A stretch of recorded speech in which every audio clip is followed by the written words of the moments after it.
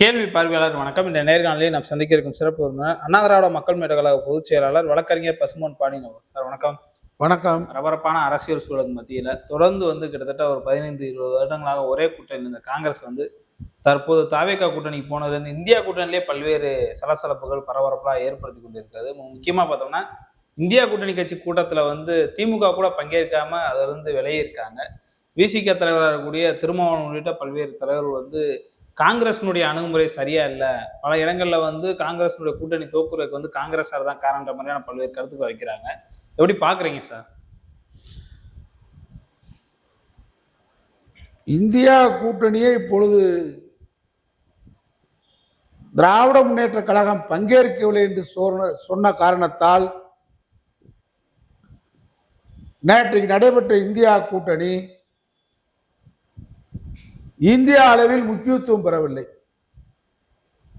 ஏன்னா திராவிட முன்னேற்ற கழகத்திற்கு தான்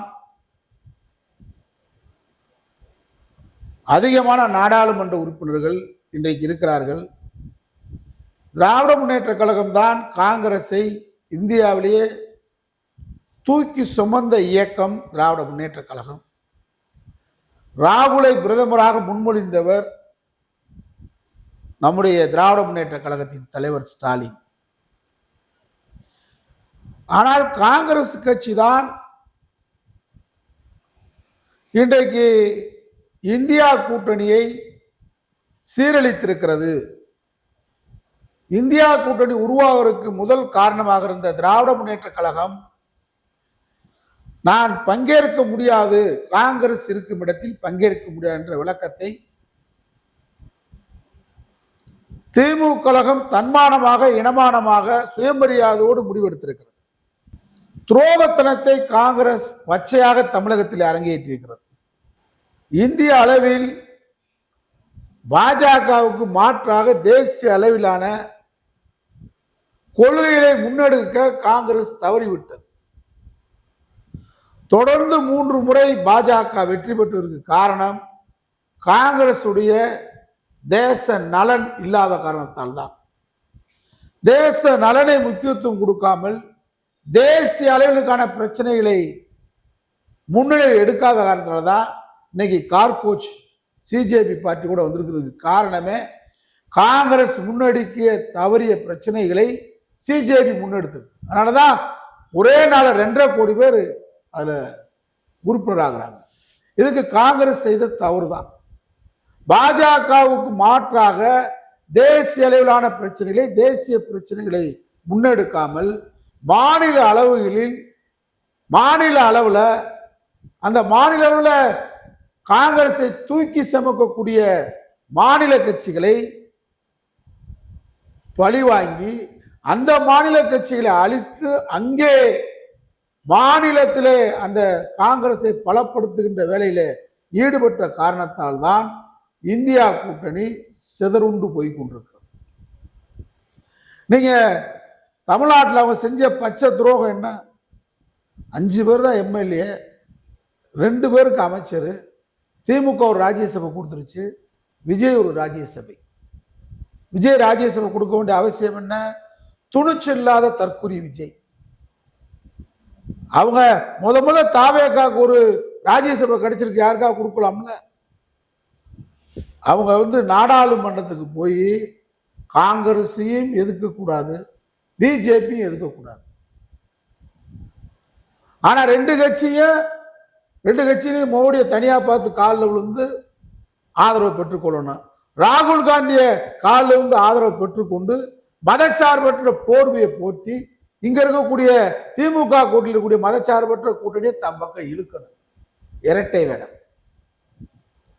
நாடாளுமன்றத்துக்கு தாவேகா ராஜ்யசபா உறுப்பினர் சென்றா அங்க பிஜேபி கொண்டு வரக்கூடிய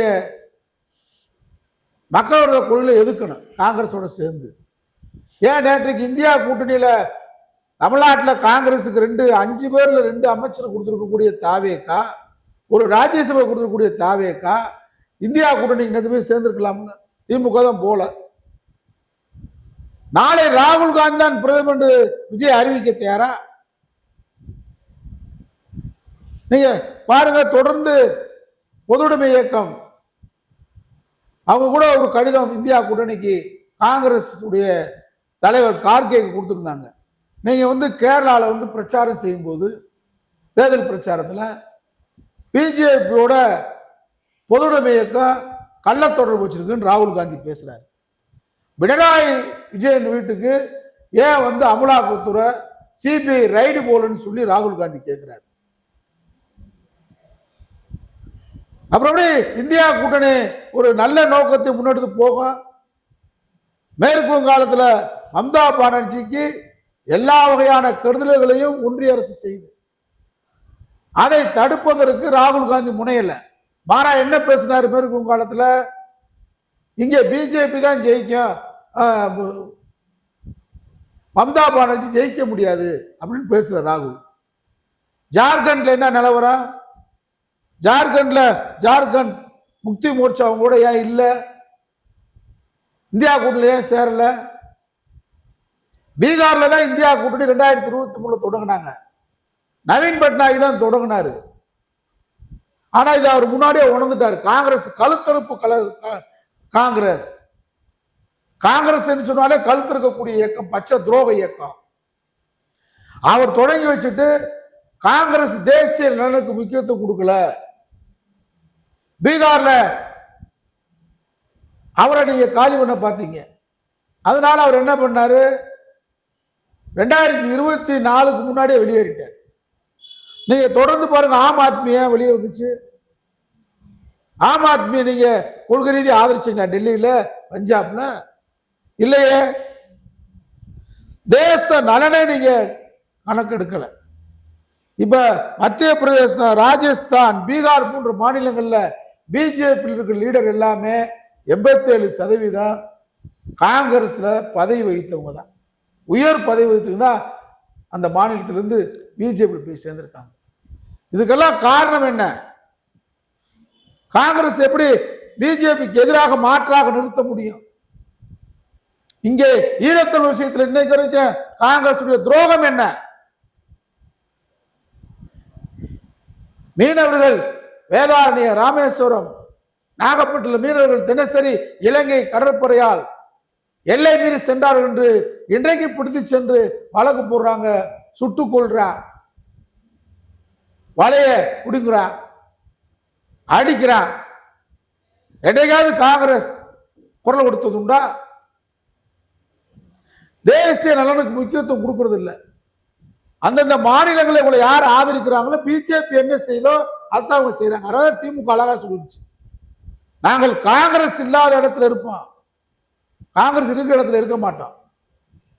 அதே நேரத்தில் தேச நலனுக்காக பிஜேபி கொண்டு வரக்கூடிய மக்களோட திட்டங்களை எதிர்த்து இந்தியா கூட்டணியில் அங்க வைக்கக்கூடிய பிற கட்சிகள், காங்கிரஸ் இல்லாத பிற கட்சிகள் போராட்டங்களை முன்னெடுத்தால் திராவிட முன்னேற்ற கழகம் ஆதரிக்கும். அருமையான ஒரு விஷயத்தை நாங்க பிஜேபி எதிர்க்கிறோம். 2026 சட்டமன்ற தேர்தலில் காங்கிரஸ் இவங்க கூட இருந்ததுனாலதான் இவங்க வந்து இந்தியாவுக்கும் டெல்லிக்கும் தமிழ்நாட்டுக்கும் போட்டின்னு சொன்னதுக்கு காரணம்.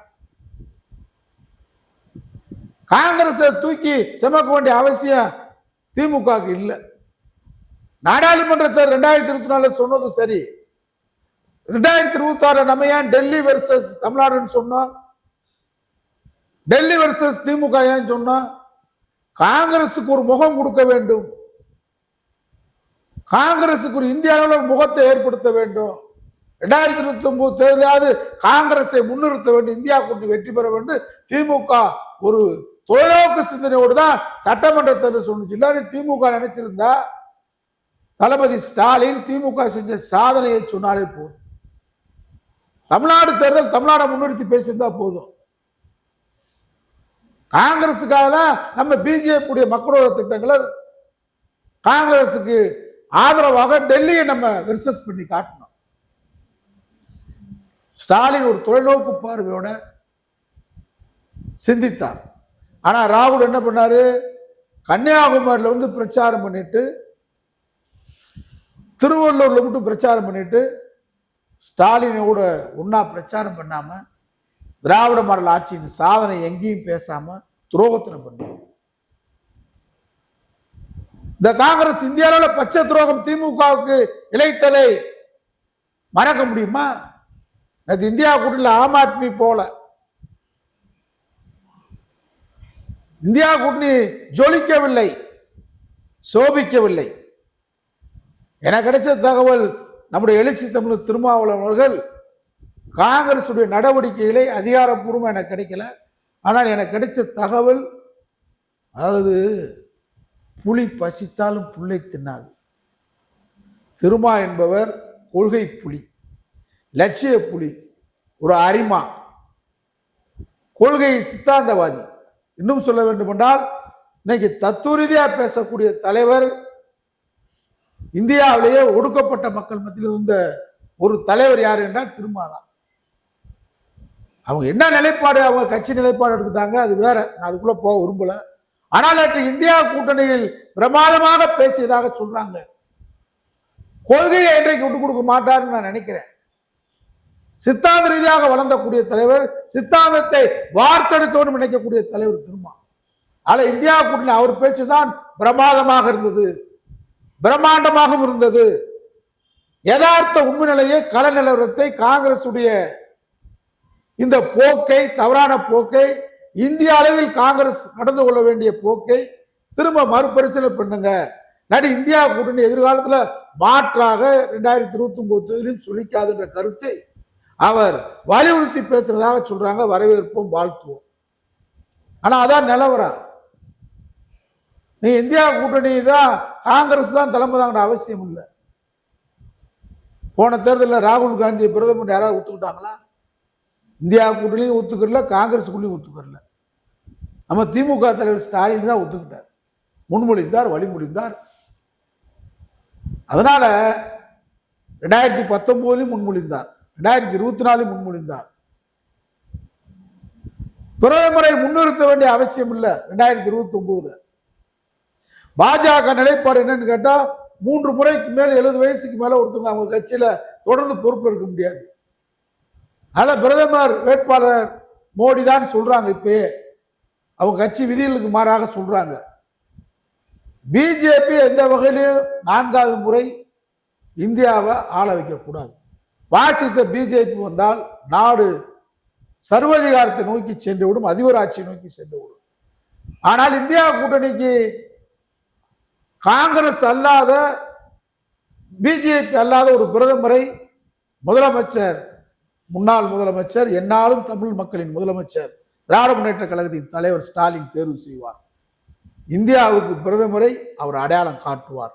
அதனால நேற்றைக்கு நடந்த இந்தியா கூட்டணியின் தீர்மானங்களும் இந்தியா கூட்டணி கூட்டமும் திமுக இல்லாதது மணக்கவில்லை. அது ஒரு காகிதப்பூ மாதிரி ஆயிடுச்சு, காகிதப்பூ கூட்டணி மாதிரி ஆயிடுச்சு. ஆனால் அங்க திருமாவுடைய பேச்சு தான் தெளிவாகவும் உறுதியாகவும் விளக்கமாக இருந்தது. எதிர்காலத்தில் எப்படி வேணாலும் மாறும், கூட்டணி மாறலாம், அணிகள் மாறலாம். ஆனால் நிச்சயமாக பிஜேபியும் காங்கிரஸையும் நாம் சமதூரத்தில் வைத்துதான் பார்க்க வேண்டும். 2 வெளிநாட்டு கொள்கை, ஒரே கொள்கை. 2 ஈழத்தமிழ் விஷயத்தில் நம்ம அளிக்குது. தமிழ் மொழி விஷயம், இனமானம், மொழி, கலாச்சாரம், பண்பாடு அனைத்திலையும் பிஜேபி காங்கிரஸ் ஒன்றுதான். அதனால காங்கிரஸ் பிஜேபி அல்லாத மாநிலங்கள் அடங்கிய மத்தியில் கூட்டாட்சி, மாநிலத்தில் சுயாட்சி, மத்தியில் கூட்டாட்சியை ஸ்டாலின் காங்கிரஸ் பிஜேபி அல்லாத ஒரு கூட்டாட்சி ஏற்படுத்துவார். நன்றி சார். நன்றி.